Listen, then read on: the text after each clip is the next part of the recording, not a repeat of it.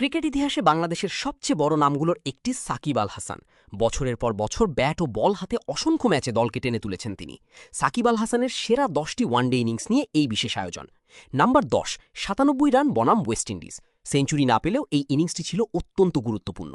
Caribbean কন্ডিশনে কঠিন bowling আক্রমণের বিপক্ষে 121 বলে 97 রানের লড়াকু ইনিংস খেলেন সাকিব। নাম্বার 9, 101 রান বনাম জিম্বাবুয়ে। 2014 চট্টগ্রামে দারুণ নিয়ন্ত্রিত ব্যাটিংয়ে 99 বলে শতক তুলে নেন সাকিব। ইনিংসটি বাংলাদেশকে বড় সংগ্রহ এনে দিতে বড় ভূমিকা রাখে। নাম্বার 8, 104 রান বনাম জিম্বাবুয়ে। মাত্র 64 বলে ঝড়ো সেঞ্চুরি। ইনিংসটিতে সাজিয়েছিলেন 9টি 4 ও 4টি ছক্কা দিয়ে। ওয়ানডেতে সাকিবের অন্যতম আগ্রাসী ইনিংস ছিল এটি।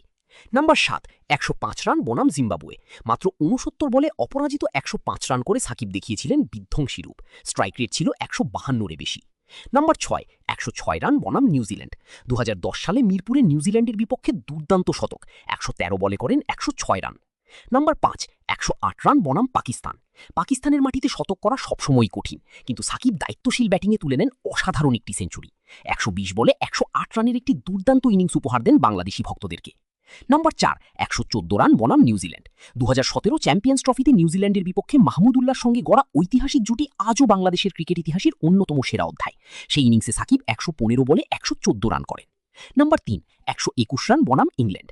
2019 বিশ্বকাপে স্বাগতিক ইংল্যান্ডের বিপক্ষে সাকিব খেলেছিলেন 119 বলে 121 রানের অসাধারণ একটি ইনিংস। চাপের মধ্যেও দারুণ লড়াই করেছিলেন তিনি।